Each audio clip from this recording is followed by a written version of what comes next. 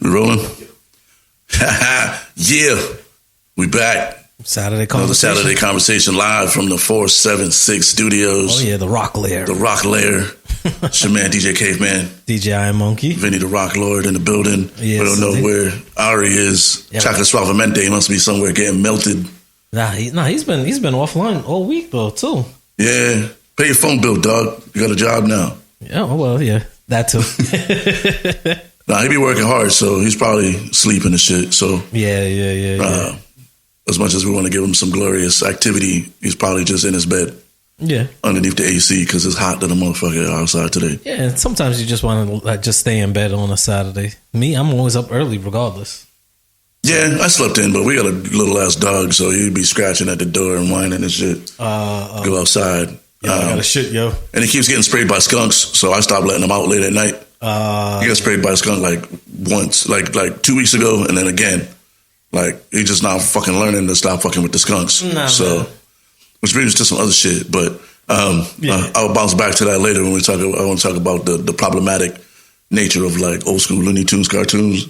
Because me and my lady was watching Pepe Le Pew cartoons, and that dude was a straight fucking predator. Well, yeah, by today's standards, yeah. No, by all standards. Okay. He was a predator by all standards, like.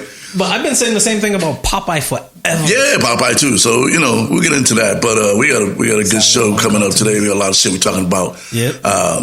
We got a 3-time world champion, Kaylee Reis, coming on the show we're about to get her up on the Skype. Yep. And so we're gonna dial her up right now. We're dialing her up. Yeah, let me dial her up one time. We'll get right into that. Should I camera or just regular? Camera, man. She's probably hopefully she dressed. That'd be awkward. Yeah, it would. Yeah, we got that magic ring, that magic Skype ring. Today's guest brought to you by Skype. Yes. And Dunkin', because America runs on Dunkin'. Do they? Run to the toilet?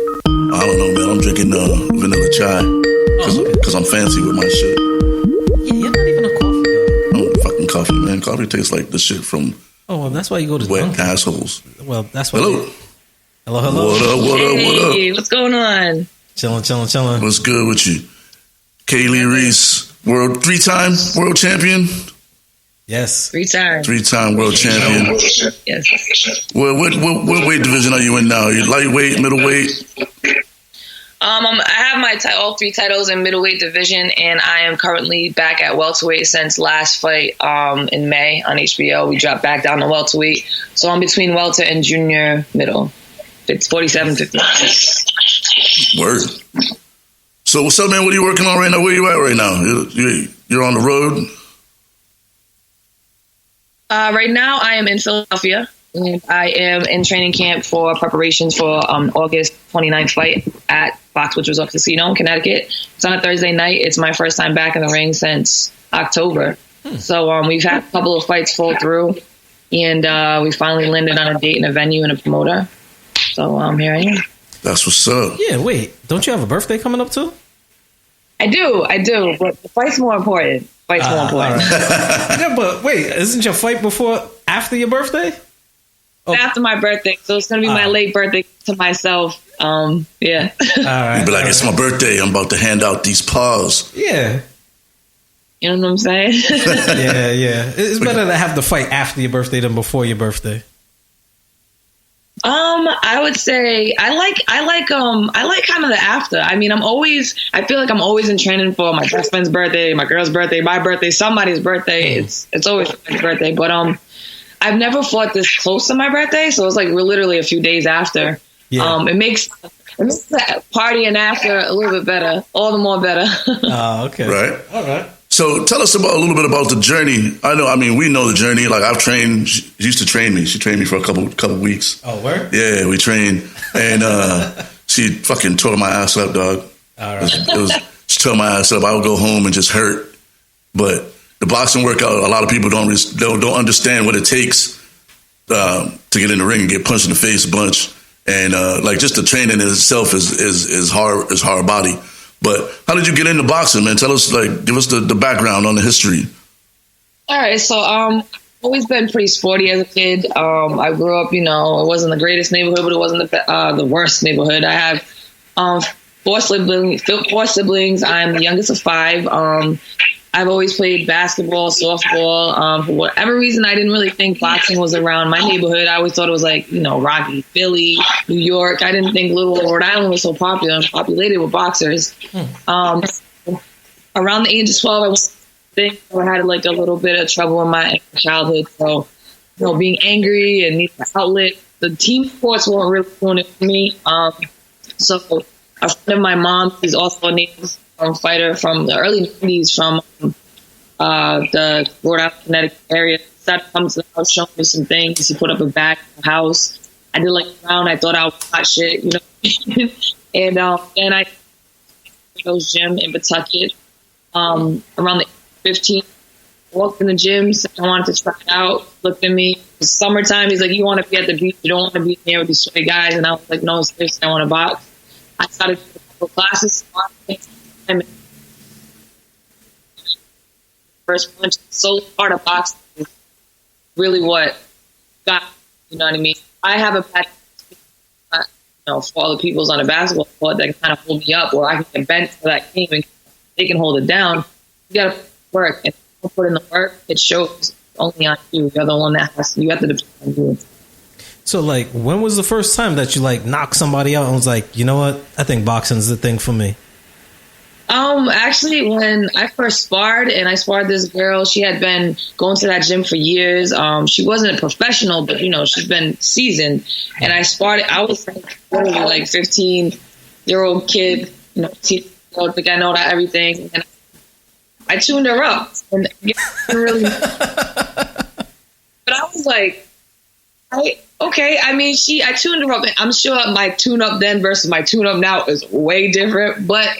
It felt good, and it wasn't something where, I want to kill the person. It was like, all right, I learned a few things. It's kind of working. And I kind of have that killer instinct anyway. Well, shit, what else did I learn? And then when I got my ass kicked in my first fight, that's when it really kicked in that I really wanted to do this, because I just happened. I got my first fight, I fought some older kickboxing lady. I was 16 years old. My ass. And at that point, it wasn't, I'm never doing this again. It was like, I'm never getting my ass kicked like that by some old white lady. You know what I mean? So it clicked, and I grinded so hard. I fell in love with it. Oh, so yeah, that's unusual. Like, you figure I beat somebody, now I got the love for it, but you got the love actually after getting your ass beat. Yes, because it happens. Sometimes people need an ass whooping. Even the pros, like right now, Canelo don't look great in his sparring camps all the time. No. You know what I mean? I know of somebody personally that beat that ass in sparring camp. You know what I'm saying? My boy Rashidi Ellis was tuning him. You know what I mean? But you need that. You need that knowledge of, you're not always know everything. Everything's not going to be good. Somebody is out there to change your ass, and there's always something to learn. Keep grinding, stay hungry. It means you're always kicking every day. You get bored. So, what's the status of female boxing? Like, I see it every once in a while on like HBO or Showbox or whatever, but it still seems like, even with the Layla Ali period of time when boxing seemed to be like a little bit more on the forefront for women, I still see like the UFC, for example, getting a lot more notoriety for like female fighters. Yeah. So how does that affect like your weight division, for example? Like, are there less fighters in your weight class because they're going to mixed martial arts now? And does that make it hard for you to find fights? Or is it still like a ton of female fighters out there that are just ducking you and shit? I mean, we have a lot of ducks, quack quack.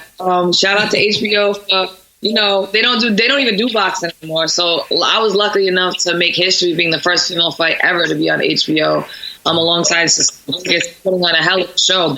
It's a historical, and I'm proud to be a part of that event, because HBO is boxing no more. No more boxing after dark at all.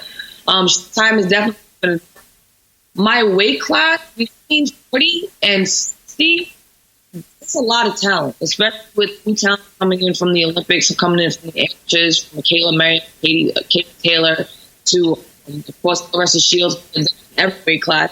I mean, it's a great time to be a boxer. As far as the exposure and the respect and the support that women boxing get, UFC or the mixed martial arts sport definitely has that in the back. You know what I mean? As far as putting more than one female fight on the show, right. Otherwise, more than one female fight, giving their female fighters respect, not treating it like a novelty sport or a special attraction. Their fighters just like the guys are. Just like women in boxing, you want a woman UFC fight and you want a woman boxing fight, they're probably the best fights on the card. Which it's very rare to see more than one female fight on a boxing card, but it's very common to see more than one female fight on a UFC card and take it seriously. Televised, yes. So the weight class doesn't really have much to do with it. It's all about the support, the exposure, the TV networks want to put it on, and the promoters not being afraid to come out their pockets and actually pay us if we deserve, get our opponents. As far as me getting opponents, not really.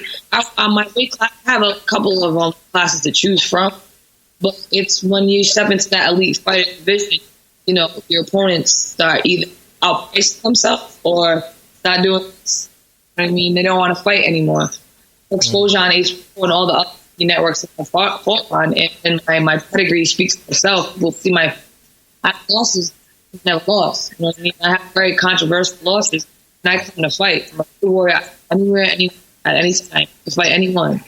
I mean, so all the work I've done, having a manager and a promoter, is kind of why I'm in the position I am, as well as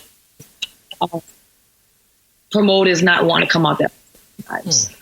Now, are there any fighters, now male, female, dead or alive, that you just want to just punch them in the face just because? You know, everybody's their own individual person. So how they handle their brand, their business, their boxing is their business. You know what I mean? No one has. There's some people that just rub you the wrong way. Like, yo, when I see this person, it's on sight.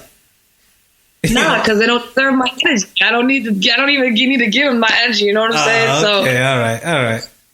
Honestly, say nobody has come at me sideways. I've never had to talk shit. I've never had to turn up at a weigh-in. People have said their little bit of words, and I chirp back. But my hands and everything speaks for itself in the ring. Who I do want to punch in the face is the people that come up to me in public. Hey, champ. Hey, don't yeah. Yo, it drives me insane. Or people, the ones who ask me, yo, Kate, what's your next fight? And they hound me, but they don't come to my next fight. I don't really fight local at all, but they don't want to show us. When it comes time to selling tickets and showing support, I either get, yo, let me family discount, or they're like, oh, and I got my 6,000 mama's aunt, uncle got a shower that day. I can't come. But they're the ones hounding me. You know right. I find that, and we talk about it a lot on the show about like Rhode Island being as small as it is, but we get a few dope situations every once in a while, and then nobody goes to them, and then when they always complain about how come we don't have no dope shit. So it was kind of good to see like the Demetrius Andrade fight had a decent turnout. How's your relationship with the other Rhode Island like boxers that have been or were on the scene? Like, is it a tight community? I know, like, you know, Estrada and Godfrey are right around the corner from us over here. Mm-hmm. Yeah, and it's a very tight family. I grew up with Matt's my cousin, and I grew up with the Estradas, and I grew up with Peter Manfredo and Junior and his father. You know what I mean? A very tight knit family. I don't have no for no boxers that I know of, but me and Boo grew up together too. You know, I've known him. We've known each other since we were like 14, 15. That's like my brother from another mother. You know what I mean? Jason's my boy. Matt's my cousin. We have a very tight knit family. I represent Big Six Boxing Academy to the fullest, no matter where I am in this world, because they are my family. They taught me so much about life, about boxing, and we was very family oriented, very tight, and yeah, I mean, we're cool. He Paz, my boy, asked, you know what I mean? Paz getting into the Hall of Fame, I saw. Yeah, he's a good dude, you know what I mean? He's made some crazy decisions, like we all have, but he's a good dude, you know what I mean? So you're in training camp right now. What's the hardest part about being in training camp? I mean, you like if you follow Kaylee on Instagram, you know she's real healthy, always running and shit. Seem like she always staying in shape. What the hell is that? Oh damn! Vitamins. Vitamins. All right. The green drink. The green drinks. The nastiest tasting drinks in the world. Oh yeah. But like, what's the hardest part for you with like in training camp? The hardest part for training camp for me, especially this time around, when I fight local, look, if I'm in training camp and I'm fighting in California, I'm fighting overseas, the hardest part is being away from home. But this camp is hardest part is being away from home because I have to sell tickets. And I'm very meticulous, and everybody wants to get tickets from me, and everybody wants to be last minute. And I have a certain way of how I market myself, my brand, and how I do things.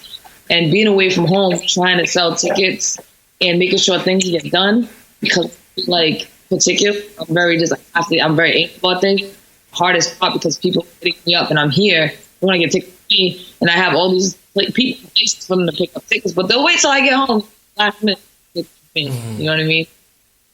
That and being away from my job, because I work at St. Mary's Home for Children and I work at a group home with teenage girls, 12 to 18. So when I have to keep going back to training, it sucks for them and it also sucks for me. But so I have to kind of work from camp, so to speak, call in all the time and try to maintain normalcy with them normal ways. It's a little like with work as well. Well, at least they're understanding and give you the opportunity to do your thing while you're away and still keep your job. Yeah, for real, because at the other job, I probably would have been fired already. I have a very understanding job. I mean, they don't want to lose me because the turnover rate is insane, but I love my job to do. So I'm very blessed to actually be able to come and go as I please, so to speak, as I need to, actually. I just want to say out loud that it's a terrible situation where a championship boxer has to still have a regular job. But that's just kind of like it's kind of like the way that the sport is set up sometimes too. Like you have so many boxers that were like champions and now they're not, and they're still boxing, but they can't get the big fights anymore. So they have to go back and like they either open a gym, if they're so fortunate, or they end up having to get regular jobs, and that's just be a trainer or something along those lines. Yeah, find something else. I mean, I've been working since I was 15, and when I started boxing, it didn't change. I was going to school, holding down 3 jobs, and coming back and forth to New York because I was trying to fight from New York. So I've always had at least 2 or 3 jobs as I was fighting all the time. I mean, I'm lucky enough to be where I'm at in these bigger fights, but those fights where I'm in training camp for 2 or 3 months at a time sometimes, so I'm not working. So when I get those big fights, I got people that I got to pay, still paying bills along here, not getting paid. So I got the same green and gold belt, Mayweather. When I ain't getting Hello or Mayweather money, that's the one thing about female boxing that needs to step up. Hey, I don't want to have to fight, for undisputed champion for 5 figures, like $25,000. That's not usually getting offered because they're not going to go offer Triple G fight Canelo for $25,000. That's going to be 1 point something, 2 point something. The pay gap is it needs something got to give. You know what I mean? Unfortunately, we only get 10 rounds, which is so dumb to me. We can only go 10 rounds, disputed the belts, and then we go 2. You want to keep it at 2 minutes? At least let us fight 12 rounds. Any undisputed champion, male or female, these have defended titles in 10 rounds. That's dumb. Right. So I don't want to do well, keep it at 2 minutes, but at least you're with some more pay. So what's going on with that? Like, is that just a promoter situation, or is it the networks? Is it the draw? What can change? Like, because it seems like, I mean, you had the fight on HBO, so that's a step forward in the right direction. Hopefully HBO came with that bag. But for the next fight to get up to that level, where is the draw at in women's boxing? Like, you got the loud Mayweather type guys and Canelos, and who are those female boxers that are like the mouthpiece of the divisions to maybe shine that light? we have a lot of females coming in from the amateur ranks and the Olympic rank. Excuse me. So it's a great time to be. It's on the up and up. Trisha Shields is probably the biggest mouthpiece in women's boxing right now because she has 2 consecutive gold medals in the Olympics. The only American male and all female to ever do it, and she's an amazing boxer. She's a fantastic boxer. Yeah, she's racking up. Everything's beatable, but she's doing her thing. You know what I mean? She's racking up all the weight classes right now. She's doing her thing. She's holding it down, and she's very young. She's still got a lot to learn. So it's on the up and up now. She's always on Showtime, so it's climbing that ladder. You have also Katie Taylor, who is a phenomenal boxer. She's undisputed. She's also one of my regular sparring partners when I'm back in Rhode Island. A lot of people don't know that, but we spar.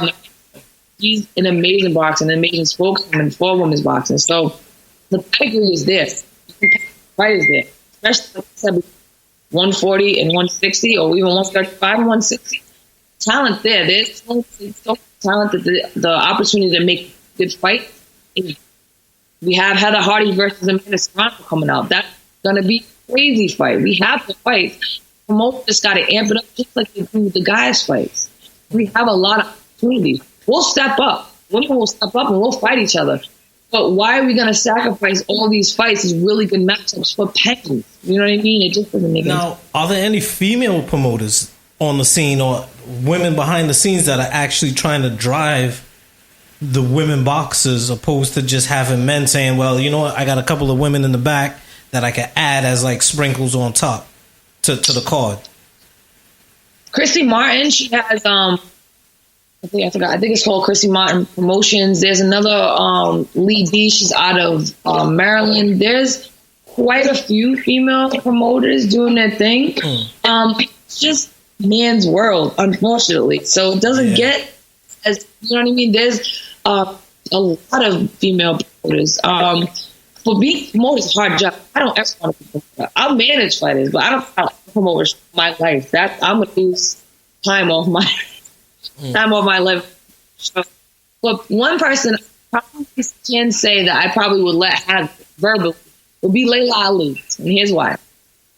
Because she did her thing in the 2000s.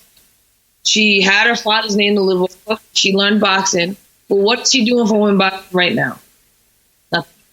She's not helping promote it, amping it up. You know, what's Katie Taylor? But she had, ever since she left. She took it. She like sucked all the air out of the sport, it seemed like. Yeah, vacuum. Took what she wanted, and then she's like, I'm done with it. You know what I mean? That's one person that I looked up to when I started boxing. She still was boxing, and then she left. And then she's doing her own thing, which is great. But you use boxing as a platform, and you use your father's name as a platform. And now what are you doing for the sport?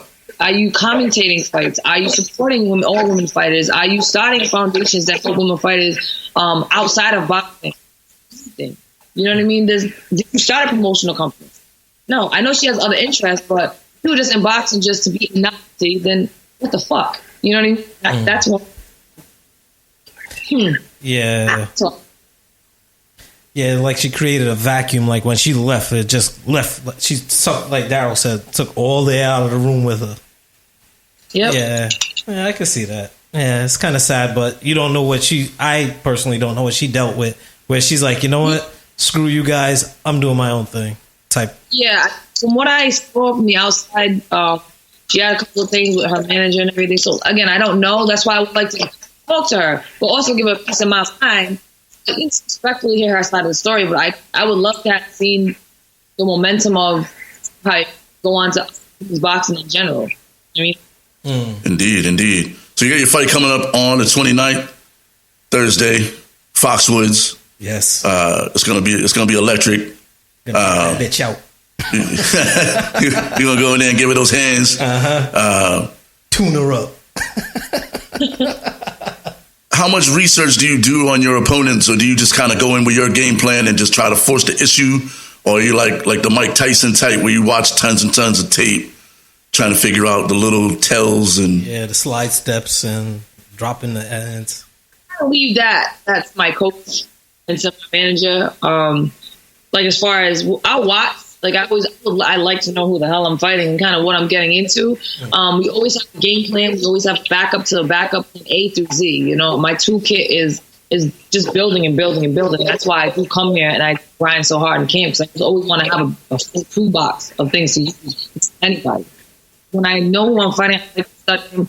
They like to see what I see. So watch, what do you see? Then we kind of bounce off each other. We'll work on specific things with him, but we also want to know, I get to a fight, I'm all right, game plan, but what is it like in here? You know what I mean? I have a lot of things that you know we're playing, but let's see what's going on. You know what I mean? But yeah, I leave the real game plan up to my coach. I know we usually are on the same page, and then we just work what we're gonna work on. And I know I got a full toolkit. We just let it rip fight night. Word. All right. Shit, man, we trying to be. I got a bowl Thursday, but is it gonna be on TV? On TV? We gonna be able to watch this fight? It's gonna be streamed on UFC Fight Pass, but there's a catch. There is a radar block, 200 miles out. So if you're in Rhode Island, Massachusetts, or Connecticut, and you don't come to the fight, you will not see my fight. You gotta buy tickets. Wow. All right. So wait, what's that new app that they have for boxing now? Was like the Zone or whatever it is? I know Tracy Morgan's advertising with them. It's not going to be on there? It's not. No, this promoter, I'm fighting on the Bella card. He's not a promoter, but I'm fighting on his card. So he has a deal with UFC Fight Pass. Okay. So if in range, 40 hour out, is chances are they're putting a block out. So you got to come to the fight. Plus, I don't know when I'm fighting again local either. So I haven't fought local in a while, and I need the support. You know what I mean? I need support. Here's the newsflash, people. I'm not getting for this fight because I want to fight. I have to sell tickets. I'm getting a percentage of my ticket sales. That's how I'm getting paid. So the for me. And this fight is really special because I'm trying to bring awareness to missing and murdered Indigenous women. I'm wearing all red. And being an Indigenous Cape Verdean fighter, especially a big advocate for my Native people, I'm just trying to use my platform to bring awareness. So I have a lot of dancers because I know y'all see my walkout. Yes. So, the walkout is official. Yes. Yeah. So I just need the support. And everybody who's always coming up to me, throwing punches, yo champ, yo champ, yo champ. My next fight is Thursday, August 29th at Foxwoods. I have tickets. I need to sell these tickets. If you're really going to support, or you just want to say you know me, go ahead with that BS. I need the support. I need you to be there, asses in seat, screaming, yelling, and watching the whole night of great fights because the whole card is stacked. Where else can they get tickets if they don't run into you? Where can they get the tickets at locally? You can get the tickets locally at Big Six Boxing Academy, 816 Douglas Ave. Pop's holding tickets. I'll be in town either tomorrow or Monday. I'll be in. We're having a ticket event party at my friend's clubhouse in Kentucky. It's 30. I have the event page on my Facebook, but it's August 24th from 6 to 10. Hold on, I will get the address for you. No, if anything, like we could probably get the details afterwards, and we could put it up on our site as well, and we'll push it that way as well. Yeah, for sure. Oh yeah. Yeah, I mean, you can cash, PayPal, Cash App, Venmo. Like I said, you can pick them up from me. I have a bunch of people delivering tickets. My mom's hustling tickets. My girl's hustling tickets. My best friend's hustling the tickets. My boy on Mineral Spring Ave, Fineo Inc. Tattoo Parlor, he's holding tickets. So there's no excuse. All right. No excuse. All right. Y'all motherfuckers need to get out there and get your goddamn tickets. Yeah, man. Fuck it. Even if you don't go to the fight, get your tickets. Pay for it and give it away. I'm gonna get a ticket, maybe two, and you can give my tickets to somebody else because I got shit to do that day. But at least I'm trying to see give the tickets to somebody that could be there. So we'll connect. Yeah, that's the thing too. We're taking donated tickets for the dancers and drummers, and also I have some kids from prior group homes I used to work at, or some kids that want to go that can't afford it. So we're donating tickets to kids and the dancers and drummers so they can be out there. So I appreciate that. I mean, we have a lot of people actually donating tickets from all around that can't come to the fight. So that's another thing too. Word, that's what's up. We'll link when you get back into town. We gotta get you in the studio. Yeah. Or we'll come to the ring. We do a thing where we do shit with the pros. So we'll have to come down there right now. We'll put on a gut punch, not in my face. I'm gonna put on all the body armor or something because I'm not trying to get too fucked up. But we'll have to get in the ring. Nah, I'll be the one to get in my face and take off the helmet and be like, "Yo, fuck this shit. I'm done. I quit. I'm done." I'll do it with the quickness. I'm not getting hit in my face. We definitely appreciate you coming on the show today, man. Good luck with your fight. Yes, indeed. We'll connect on those tickets, man. We'll make sure you get somebody some seats. Yes, indeed. Go to all the places. Check her out. Kaylee Reis, August 29th, Foxwoods. KO. About to tune that bitch up. So you about to go throw some clothes. Yeah. Oh, see, you're trying to play cute and kind with it, you know? Oh, no, I'm going to teach her a lesson. Nah, beat that bitch down. No, I have a lot to let loose this fight. I haven't fought in a while. A lot of fights have been falling through, so she going to feel it. Right. No personal, it's business. Oh, she going to feel it. Nice. Yes. All right. And personally, after you knock this chick out, I want to see you fight Clarissa Shields. I think that'll be the best fight of the year, skills-wise. That fight's definitely going to happen when it makes sense. She has a strategy. She has her promotion has a game plan for her. But I want to meet her at 54. I mean, I know that fight's going to happen. The best want to fight the best, and I want her at her best, and I want to be at my best. And I think that would be an awesome fight. That'd be a great fight, yo. So wait, you're not saying that she's quacking on you, huh? You ain't saying that she's ducking you? She just got things going on? No. She's not a duck. She'll fight anybody. She's not a duck. Cecilia Brækhus is a duck. She is a duck. Yes. Got nobody. That's my homie, yo. She got nobody. She already got her schedule going on. She rocking up all the belts. You know me. Definitely. That fight's going to happen one of these days. That'll be dope. What's up. All right, well, Chance, shit, good luck this week with the rest of your camp. Happy birthday. Happy birthday. And Can't turn up too much. Go to the fight, August 29th, Foxwoods Resort Casino. You know what I mean? Go there, get a fight, get your gamble on. Yeah. You know what I'm saying? Make an event. Make a whole day out of the situation. All right, thanks for coming on the show, man. We appreciate you. No problem. All right. Peace. All right. There's Kaylee Reis on the show.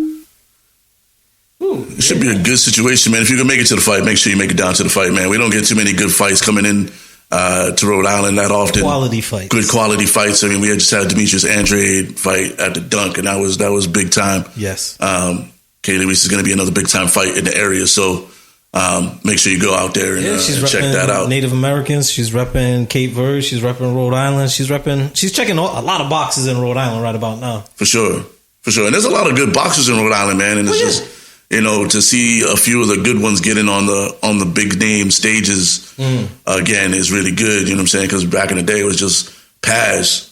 And then it was Matt Godfrey was on like ESPN all the time back in the day. Yeah. The dude from The Contender too, right? Peter Manfredo Jr. Yeah. So every once in a while we get that good look for boxing, for Rhode Island boxing. Yeah, man, Rhode Island got a wealth of talent. It's just people really don't support it until it blows up outside of Rhode Island. Be like, yo, that dude's from Rhode Island, right? Yeah, but right. When he was here doing that shit, you wasn't really supporting him. He's like, oh, that's that dude from around the corner. Rhode Island is full of motherfuckers who they'll big time you. Oh yeah. Until you big. And then they want to know, they're like, oh, I remember that dude from we used to work together at the Guitar Center and shit, or what was that song from back in the day? I used to watch him running and shit back in the day. He used to run through my neighborhood, but when he was up and coming, now the motherfuckers is famous and shit. Like motherfuckers still claiming John B in Central Falls. Well, I'm B, John B. And who was the other chick? Like Blue Cantrell? Blue Cantrell. And yeah, she was another one. They had to leave to get famous because nobody was rocking with her when they was here. And now they famous. And now motherfuckers is like, no, I went to middle school with her. What's her name? Claudia Jordan. And what's her face there? That just won the Emmy Award from Central Falls too. Oh, yeah. Damn. How to Get Away with Murder. Yeah. What the fuck is her name? Oh, I'm mad. Oh, man. She's dope too. And she's big time. She's like extra, like super famous. That's how we are in Rhode Island. We don't even give a shit about how famous you are. We still won't remember your goddamn name. Oh man, I'm just trying to talk till I remember, because she was in Suicide Squad, How to Get Away with Murder. She was in that Widows movie. Damn, I'm mad that is really escaping me. And she's not even a lightweight either. Are you looking it up? Or? Yeah, but I got texted at the same time. Fantastic podcast radio shit right now. And we on the video. Make sure you check us out on the YouTube too, man. YouTube, Spotify, iHeartRadio. Click the fucking subscribe button so you can catch us anytime. When we do new shit, we alert you of the new shit.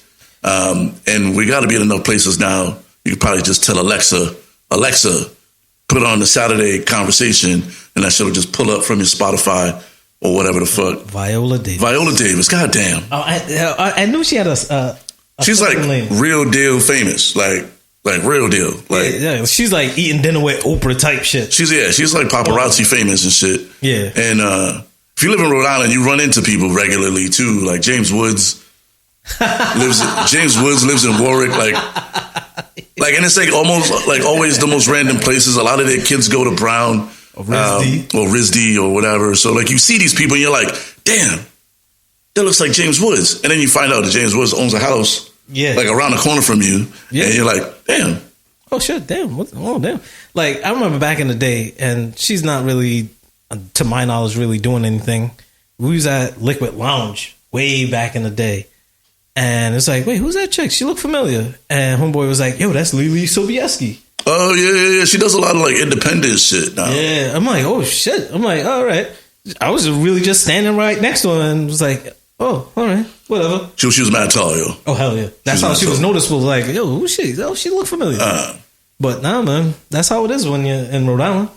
But aside from all of that, I know we had some other topics to talk about. Yeah. First of all. All right. Gonna get all velvety smooth? Nah. I was wasn't sure if I was gonna. We're gonna talk about the. This actually it's not the 9:35, but anyway, we're gonna talk about the Looney Tunes problematic situation. Or we're gonna start with Jay-Z. All right, we'll go with the sugary stuff before we get to the salty shit. So me and my ladies watching Looney Tunes, and Pepe Le Pew came on, and then. We were like, I was like, damn, this dude's like a fucking predator. Like, how are we allowed to watch this shit as kids, right? And then we started like investigating the rest of the Looney Tunes like list of characters like Foghorn Leghorn and motherfucking Yosemite Sam. And, get your cotton picking hands off me. Yeah, with the tarp. Like they used to say shit like that. Like all kinds of shit. Like just the dialogue on Looney Tunes was mad. Like that shit, you could never play Looney Tunes today. No, like, it got so much racist shit. Like it was racist and misogynistic and fucking. And it wasn't just racist against black people. They were very hard against Asians. And Mexicans, like Speedy Gonzalez. Yo, I swear, and I talk about this a lot. Back in the day, they had Danger Mouse. Danger Mouse was my shit. The old one, right? So we got the same initials, me and Danger Mouse. Yeah, the DM. But also, like, they had an episode called, and this was the name of the episode, Don't Trust Mexicans Delivering Milk. I swear there's an episode. I was like, wait, what the fuck? Like, don't trust Mexicans delivering milk. And then when you watch the episodes, they had some kind of Mexican cartels delivering milk. And it was, when you watch the episode, you'll see it. I don't want to. Wow. Yeah. No, but yo, it's been dumb racist. Like, yo, the state of television back then was just so like Archie Bunker and all of those shows back in the day that were like In the Heat of the Night. You see, even on the Jeffersons, there's a couple of times on the Jeffersons where George Jefferson was like, "What you say, man?" So that word would just slip in, every now and then, and people were like, "Oh, well, it's the sign of the times, whatever." Nowadays, that shit couldn't. It's like Eddie Murphy's getting his Netflix stand up. Well, he's coming back to the black community. He's coming out as Dolomite, right? Dolomite, the story of Rudy Ray Moore, my boy, and but.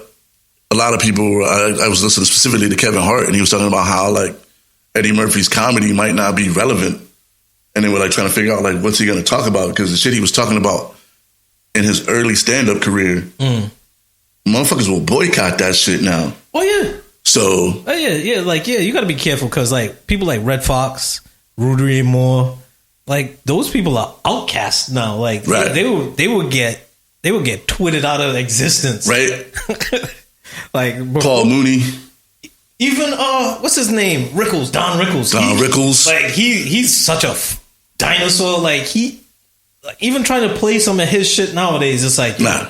Motherfuckers will boycott your comedy night. So it's gonna be interesting to see. Like how that shit. Himself, because for the past year he was telling people don't perform at the Super Bowl, to kind of put himself in a position of power. To be able to slide in and be like, I can get all these people back. Yeah, I can get all these people. You see all the people that you reached out to and they said no. That's where I could see where Travis Scott's like, look, I'm not buying into that. How Maroon 5 was like, nah, I'm not buying into that shit. And they still perform. Like even Big Boy from Thing performed, Outkast performed, and I can Right. see how they backed out and like, yeah, we see what he's trying to do. We're not buying into that. So yeah, but people were like, yo, Travis Scott's a sellout because he's performing. Yo, they should stick with Jay-Z and what he said. Either way, all that aside, he put himself in a position of power to now. Now, with his deal with the NFL, he's also going to do social outreach and do other things. But people are mad that they feel like Jay-Z sold out Kaepernick. Kaepernick's girlfriend, Eric Reid. A lot of people are saying that. But that's a whole different situation. I don't like Jemele Hill, man, because she's like very like... She has her own opinion that I don't subscribe to a lot of times. Yeah, I don't know. And you know me, I love to support my Detroit people, but she's on something else. She's on a different train, man. She's from this is the whole thing that I don't really understand with the thing. Weren't people supposed to be boycotting the NFL in the first place until Cap got a job? So whatever the NFL does shouldn't matter to you because you're supposed to be boycotting. So what happened to your boycott? Oh, the boycott. Until your team starts doing good. First of all, I don't know. I mean, I don't really boycott shit that I like. But I understand what it is. Yeah. You know what I'm saying? There's racial disparity in every industry. Yeah. And you're not really going to be able to combat that with a boycott because we're still the minority. My thing is how's the best way to cure or fight cancer? By putting a topical cream on it? No, you got to get going inside. And it's always been my view is that like if you want to try to fix some shit, you got to fix that shit from the inside. Yes. When you can. You know what I mean? Like we talk about the politics of the world and all that. Well, we don't because we're not a political show. Well, we do every now but we and then. touch on it every once in a while. And my thing is always like run for office. Yep. Run for office. Yep. Local government. Run for your local government. Go to the meetings. Yep. If you can't afford to run for office because that shit is not cheap. Or you got some skeletons in your closet. Or you got some skeletons in your closet, and you know when you run for office, the pictures are gonna surface of you coming out of champagne rooms and fucking with strippers and doing lines of coke. Well, me and my girl was on a break. What? That's not your business. I don't have to explain this shit to you. Like, so right? What? But you know, I wanted the PP touch. It says touch my PP. You don't have a connection to the Illuminati or whatever it is that could get you into office. Put you in a position of power. Okay. Then you gotta go to the meetings. Yeah. You got to be active in your community and not for the notoriety. You got to be active in your community for the change that you want. Because just because you're not like a public official doesn't mean that you can't start a little youth program or, sponsor like a baseball team or any of that. Yeah. Or be a cop or, you know what I mean? Like you're sick of racist cops. Go join the police force. Yeah. Don't tell your kids to fucking hate cops. Convince them that like maybe that's the change. If they want to make the change, you got to be inside the situation. Now, granted, once you're there, you may see, the obstacles that are involved in really making the change from the inside, especially because once you're there, you're still the minority. And you've seen the politics of it all. And you've seen the politics of it all, but that from the inside, your voice is stronger than it is from Facebook. Or with your 400 friends or whatever it is that are all got your back. It's like being outside the studio, somebody yelling to come inside. Like, you could be outside making all the noise you want, but you could make more noise if you're actually here on the mic. That's right. So this is the thing, though. Then they want to say that Jay-Z sold out, and he sold out Kaepernick. My question is did he sell out, or did the NFL buy in?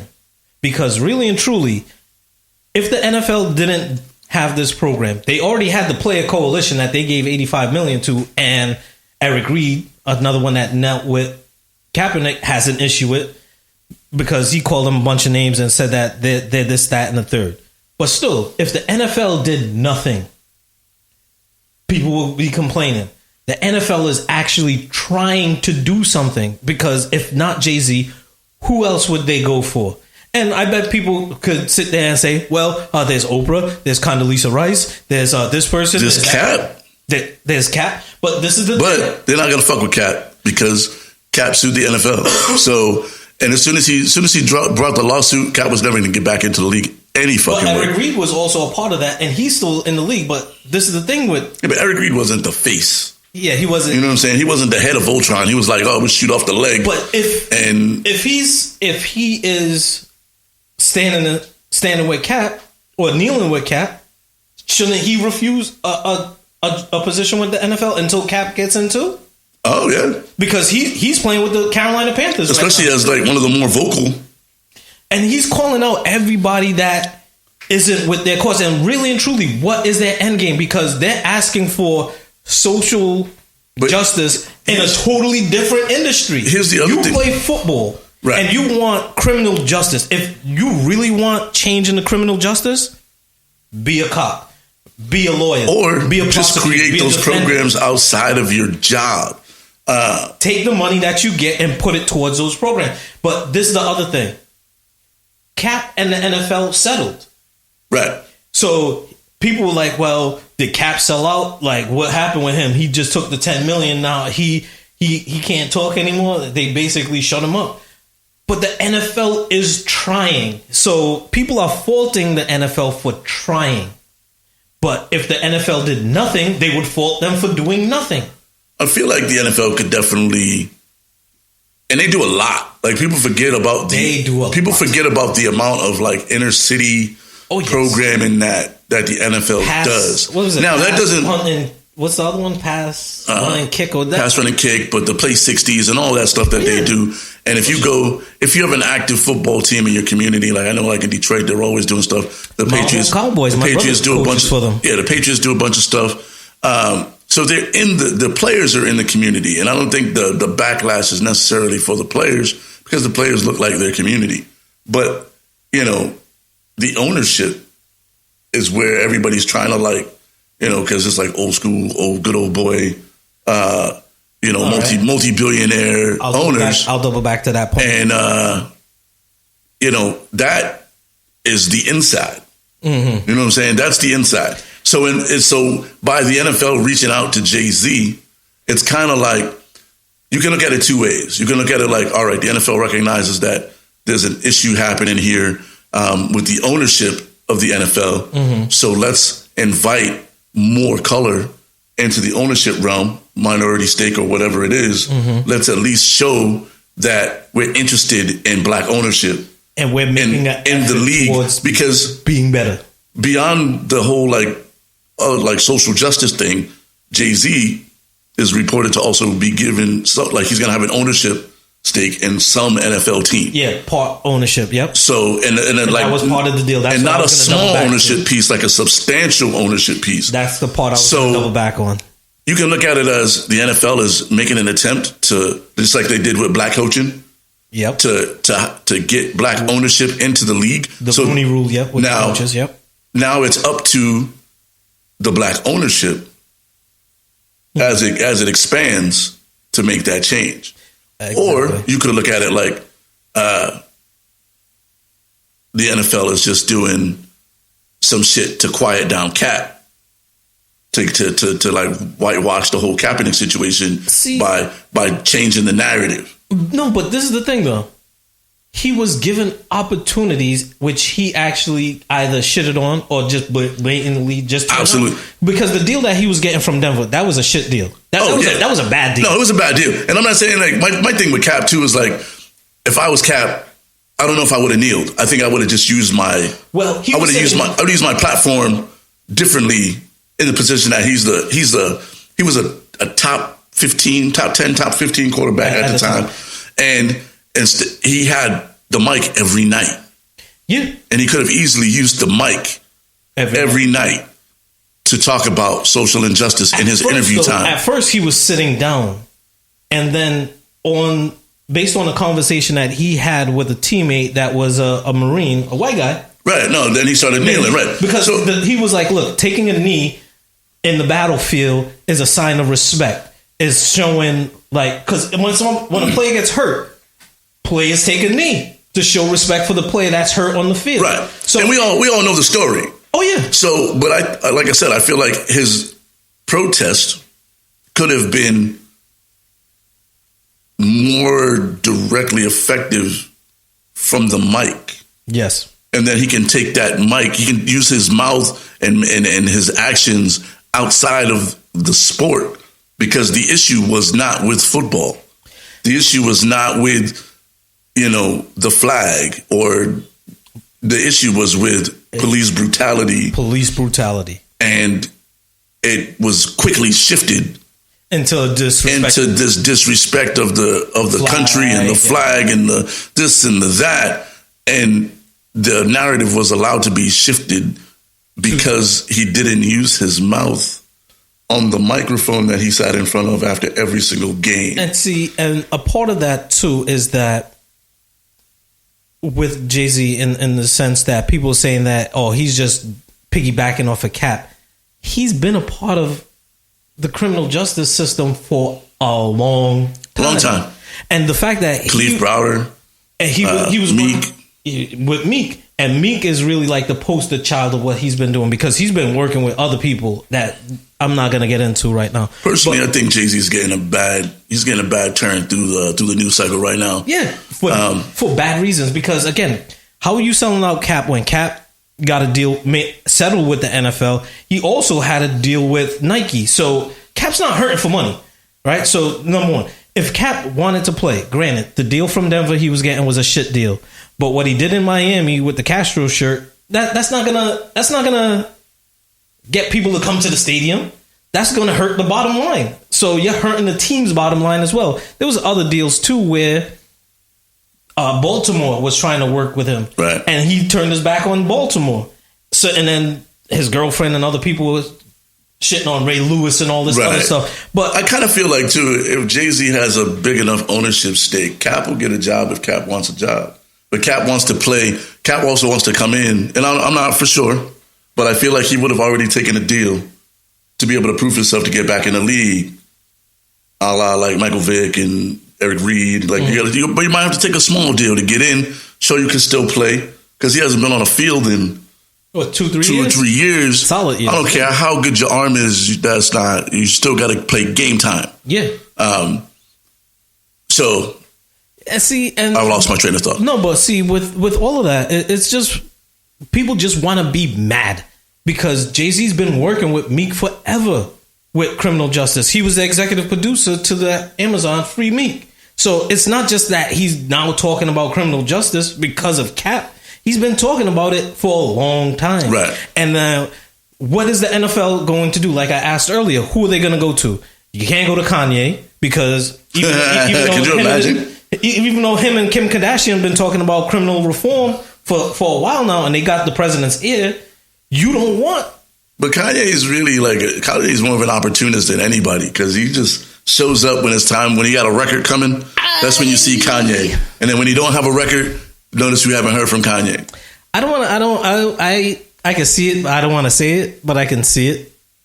But it's just fact. No, but he's not a stable person to put that much. And he'll be trying to have everybody trying to wear them ugly ass shoes. But yeah, that's it. Fuck all that shit. But people are buying them. But but maybe Antonio Brown can wear them joints because his feet are. Oh yeah, he's on some hammer time. Dear Antonio Brown. Yes. You're a fucking idiot. Oh, thank you for your service with the Steelers. I mean, goddamn, dude. Like, everybody knows you're supposed to put the little booties on when you go into the cryo machine. Yo, but you see his dyed mustache and his hairstyle. You know, it's something wacky going on with him. But dude's on a different type of drugs right now. I don't even know. Like, oh yeah, he's not even on that K12. He's on something else. The whole helmet thing was just, I think, a pause for him to try to deal with his feet. I don't even think there ever was a helmet issue. No, he had a helmet issue last year too. Did he? Yeah. Did he really have a helmet issue? No, because he still fucking lit the league up last year. No, but the helmet has been a program that they've been trying to phase in. So, like I said last week, they started with the linemen because they're taking more of the brunt. And then they're like, look, within like next 3 to 5 years, every player must wear the helmet. Right. So he's been putting it off. Now this year they're like, look, everybody has to do it. Everybody got to wear the helmet. But you at the same time, last minute. He's trying to wear a helmet from 10 years ago that's no longer, like, there are newer versions of his helmet. Yeah. Like, that's what I'm saying. Like, but they're saying, like, it's the vision. That's what I'm saying. Like, there's a version of the helmet that he loves from 10 years ago, there's a NFL approved version of that helmet where the specs are the exact same. Yeah. So, but the Steelers got rid of him because they just wanted to get back to football and they didn't want all the noise with it. It was just to draw attention away from his jacked up feet. Yeah. Because people were rumbling. Oh, why is Antonio Brown not playing? Oh, it's just a foot. Blah, blah, blah. Like, get a pedicure, motherfucker. Like, but if you've seen the picture, did you see the picture? Yeah, and I don't. This shit looked like pork fat. Yeah, it was terrible. Yeah, it was terrible. If you get an opportunity, we're not going to put it up there because we at the Saturday Conversation don't like to turn the stomachs of people with photographs. Yeah, but we'll sure hell talk about it. We'll sure hell talk about it. You can create your own visual. But his feet are fucking terrible. Yeah. And hopefully he gets his shit under control because fantasy football season is here. Nah, he's not a Steeler no more, so I might go with Juju. Yeah, I mean, he's still going to catch like 700 balls in Raider Nation. Yeah, if their offensive line could block and if Carr could actually turn into actual Carr, not the hoopty that he's been the past couple of years. He got hurt, man. Injuries. Yeah, that's what they all say. But yo, we up against it, man. Yes, indeed. Yeah, the interview went a bit with K.O. Reis. Shout out K.O. Kaylee Reis. Yes, indeed. August 29th, Foxwoods. Get your tickets. Mama said knock you out. You know, get your tickets. If you can't go to the motherfucking fight, get a ticket anyway. Give it to a kid. Donate that shit. Summer camp, someplace. Donate it to the kids that she brings out with her on her entrance, which is pretty dope. Yeah, if you've never seen the entrance, it's one of the best in the sport. Oh yeah, it's entertaining. It is. So she uses a lot of kids for that. So donate that shit to the kids. Mm-hmm. She works with the kids. You know what I mean? So I'm sure those boxing, yeah. Even if you don't go, those tickets will go to someone who might not have the opportunity to go. Might inspire the next female boxer, right? I definitely want to see her fight Clarissa Shields, Flint product. Detroit versus Rhode Island. You know, well, Mayweather's from Flint too, so they are a huge boxing lineage coming out of there. You know, what I mean, she been fucking bitches up too, so it's gonna be. They're two very good, technically sound boxers, so I'm just interested to see them in the ring together. So you could say that their fists are full of lead? Damn, they're from Flint. That's a bad joke. Yeah, that's a bad joke. Wow, that we've been watching too many Looney Tunes now is the problematic light. Yeah, you drink lead-filled water and it just goes to your hands, and then you just laying the lead on people. Yeah, that's fucked up, dude. It really is. That's fucked up. No, the joke is not fucked up. No, the joke is fucked up. Their water is being fucked up. Their water is fucked up. Their water is fucked up. Fucked up is fucked up. But you're making a joke. You're making a joke about fucked up. Water is still fucked up. It doesn't take any of the pressure off of it. It doesn't take any of the fuckery off of it? For telling the joke. No, not at all. But no. That was a good try, though. That was a good deflection. Yeah. It's the source material that's what's fucked up. I'm just making light of it all. Which is just as fucked up. Yeah, I know. I shouldn't. Well, we know that DJ Iron Monkey won't be having his stand-up comedy on Netflix anytime soon with the problem. He's not in Flint, Michigan. Wow. Not with that joke, I don't. Shout out to Detroit. I was just out there last week. I called in from the show, but the trip was real smooth. We drove up, which is not a thing that I like to do. But it was cool. He was with the homies. He was with the homies and shit. It was a good. John. Who else was there? John and Tony L from one of the early episodes. Oh yeah. My what is it? Did you have to wait until you went to the bathroom to sneak some cheese in? Nah. We had to take a bite of that cheeseburger. We had the pep talk on the way up. It was like, motherfucker, we gonna eat what we gonna eat. You just shut up and you didn't sit back and go. You eat what you eat. No, he did. He judged us the whole fucking time, but. You know, that's Tony. The motherfucker got like 12 abs. So, yeah. You know, if you follow his diet, you too can have 12 abs, but you won't have any of the delicious food. So just keep that in mind. One life to live. Fuck it. Next week on the show, Nick Principe. Oh, where? Actor, stuntman. He was in The Purge. He was in. He was also in Vault. With our good friend Tom DiNucci. Oh, yep. So he'll be on the show next week to talk acting and stunt work and zombies and. Yeah, I gotta ask him about if you ever watched that show with Lee Majors, the stuntman. He's a huge horrorcore type actor. Oh, where? Over 60 movies. Oh shit. Yeah. He was like 6'6", So we might have to put some booster seats up on this shit so we can. Try to. Well, we get him a lower chair, Vinny. We'll just get her We'll get him a lower chair next week. Nah, we'll have him on that Kaepernick time. He'll be taking a knee, and he'll be taking a knee. You know, and we'll be chill. Yeah, man. Yeah, because he's mad tall. He's gonna look like a fucking giant sitting next to us on these fucking. Again, he could take a knee, and he'll still be like. Nah, we're just gonna get him a shorter. We'll get him a kitchen chair. And then he'll be get him one of the kindergarten chairs. Yeah, like nigga, man, I could just sit on the floor, man. What's this all about? What else is coming up on the show? That's really it, man. Make sure you check us out on all the social medias. Oh yeah, Facebook, Twitter, Instagram, iHeartRadio. Check us out on iHeartRadio, Spotify, YouTube, and the fucking SoundCloud, Castbox, Google Podcasts, Apple Music. I'm sure Vinny's going to be. Vinny's just going to flash these up for the thing and just flash them or something. Have them scroll. Just have them scroll real fast. Yeah, we'll fix that in post. We'll fix that in post. Wherever you go, make sure you hit that subscribe button. Yes. Spreaker, all that. And tell a friend. Tell a friend to tell a friend to tell a friend to subscribe to. Yeah, join the conversation. Join the conversation. If you got questions, comments, concerns, you just want to talk some shit. Yeah, just don't write no letters about me and that Flint, Michigan joke, man. Fuck you. Yeah, fuck that. Send all that smoke, this food away. Nah, all the Bay Hive, y'all can send your smoke. Yeah, send all that. Beyonce smoke his way. I respond individually to each little peck of smoke I get. I clap back. Wait. Is there only one response, or if they say something to your response, are you just letting it? No. We dialogue, man. Oh, so it's a conversation. Oh, so we talk about conversation. It. Yeah, we talk about it. So yeah, interact with us, man. We're always down for some interaction on the social medias. Yeah, man. Charlie Ward, come get these fucking buckets. Charlie Ward. You said Horde? Ward? Oh. Charlie Ward. No. For some reason, I heard Let me say it in my Rhode Island accent. Charlie Ward. Charlie Ward, come get these buckets. Charlie Ward, come get these buckets. Yo, bring Larry Johnson with you, man. You know, two on two. Charlie Ward and Larry Johnson versus Caveman, DJ Iron Monkey. I don't know. I'm too busy trying to get an autograph, ask him questions about his beef. That's right. You're going to be distracting him while I'm giving Charlie Ward the buckets. Like, yo, you and Alonzo Mourning really had beef? You're just gonna run around and then you have to play defense on you. And I'm going to be cooking up Charlie Ward's soup over in the corner. You still got that gold tooth from them grandmama days? Like, come on, B. You still holding on to that gold tooth? Still some of the best of the commercials in history. Hell yeah. Shout out to Larry Johnson. New York Knicks. Charlotte Hornets. Yes. Original Hornets. The original Hornets. Mm-hmm. Fuck it. You can get those buckets too, Larry Johnson. Oh, shit. No. Larry Johnson will elbow you in your chest. I know, right? He was bigger than LeBron when he first started. I don't give a fuck. I don't give a fuck. My game is transitional. You know what I'm saying? Anybody can get cooked up and put in these buckets. Okay.